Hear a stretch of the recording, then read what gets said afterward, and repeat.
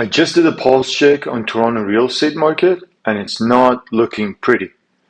I'll show you in a second why. Toronto Real Estate Regional Board releases their monthly report every month that shows what has happened in the real estate market in the previous month.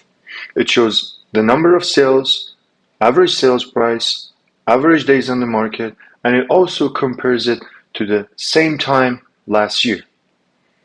And that can give you an idea about the market trends and which direction the market is headed to. Let's get down to it. I want to show you what to read, what to interpret, and also what to expect. That will tell you what has happened, how it affects you, and what may happen in the future. Let's get down to it. So, as you see here, the number of sales has dropped from last year this time. So in June 2024, there's been 7,429 sales in the real estate. This year in June, it has dropped to 6,213. So that's about 16% drop. And in the average sales price, you can see that last year in June, the average sales price of a home in Toronto was $1,181,000, but in this year it's dropped to $1,162,000. So this is roughly around 1.6% of decrease. It also shows the overall unemployment rate. So in Toronto, the unemployment rate is about 7.9%, which actually increased. But overall in Canada, it's somewhere between 6 to 6.5%, which is, again, has seen an increase. And this could be an indication of where the economy is headed to. And we all know that in the month of May, the inflation has ticked up a little bit. So this may affect Bank of Canada's interest rate decision in July, which is July 24th. And they may actually pause again for the month of July and wait and see what will happen and do another rate cut of a quarter point or maybe more. We don't know in September. But, you know, again, things are going a little, weird right now. So here you can see the sales and average price by major home types. So you can see what's the average sale price of a detached, semi-detached townhouse and condo apartment is in 416 Toronto area, 905 area, and total in the GTA.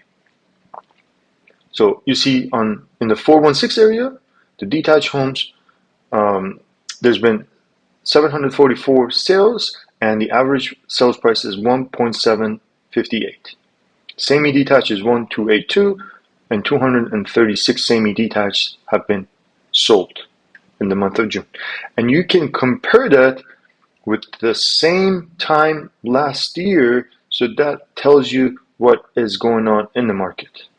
So in the detached segment, there's been 7% drop in the number of sales and 1.6% drop in the average sales price.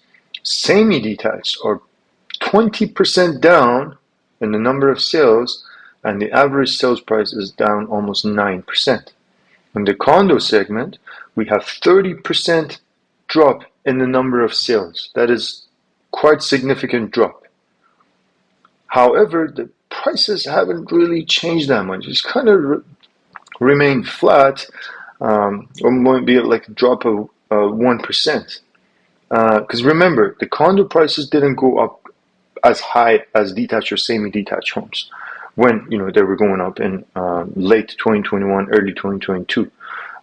So we are expected to see that the condo prices may remain flat or still, or continue to drop slightly until maybe mid next year. But it all depends on, so many other factors like Bank of Canada interest rates, how fast they drop the interest rates, and how the economy changes.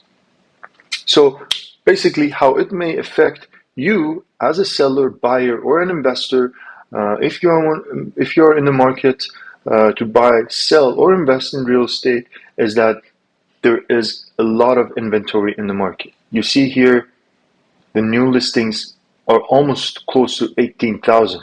That is 12% increase comparing to last year this time. This is a huge, huge change. And look at the active listings. So these are new listings. So some of these could be just rollovers from the previous month. But what's interesting is the active listing. Look, 23,000 listings currently in the market. Last year, this time, it was only 14,000 listings. That is a 67% increase. So there is a lot to choose from. A lot of these properties were not available last year, this time. So now, for whatever reason, they've come to market. Either they're investors to try to get rid of their investment properties, or there's, upsizers that try to sell their property in order to buy another one, or downsizers trying to sell their home of 20-something years and trying to downsize to a smaller house. So that gives us an overall overview about what is happening in the market.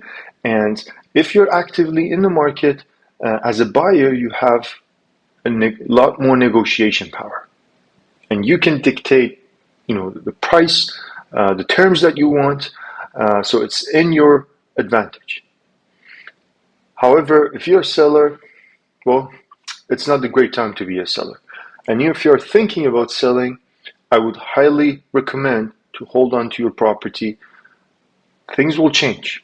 This is not going to stay like this for the next few years. Nobody can predict the future. But going back to historical data, the real estate, will appreciate. However, how fast and to what extent, it all depends on the economic situation. And what will happen next is, the housing market may not see a huge price run-up this year. Even, until spring of 2025, we may not see a huge price appreciation. But it all depends again, where the economy is, going, and how it will affect the real estate market. Remember, interest rates are a key factor here. It plays a major factor with buyers, especially, it also improves the affordability as the interest rates drop. So there is still, opportunity for buyers if they're actively in the market, and they can find some deals, which 5, 6, 10 years from now, they'll be like, that was a great decision. But it all depends on what's the risk tolerance and how that carrying cost of the property may affect your lifestyle and whether your income can support that. So always talk to your mortgage broker, always talk to your financial advisor, talk to your accountant, make sure you understand what you're getting into. And when it comes to your decision making, talk to your real estate specialist, ask them to analyze the market for you. And that way you have a full picture so that you can make a high quality decision in your next real estate journey. My name is Pasha Barzande. I'm a real estate specialist here in the city of Toronto, and I will be happy to help you if you have any questions or concerns with regards to real estate. You can reach me on the link below, book a call with me, and we can have a chat, and I hope I can help you to make a high quality decision. Let's make your next move your best move. Thank you.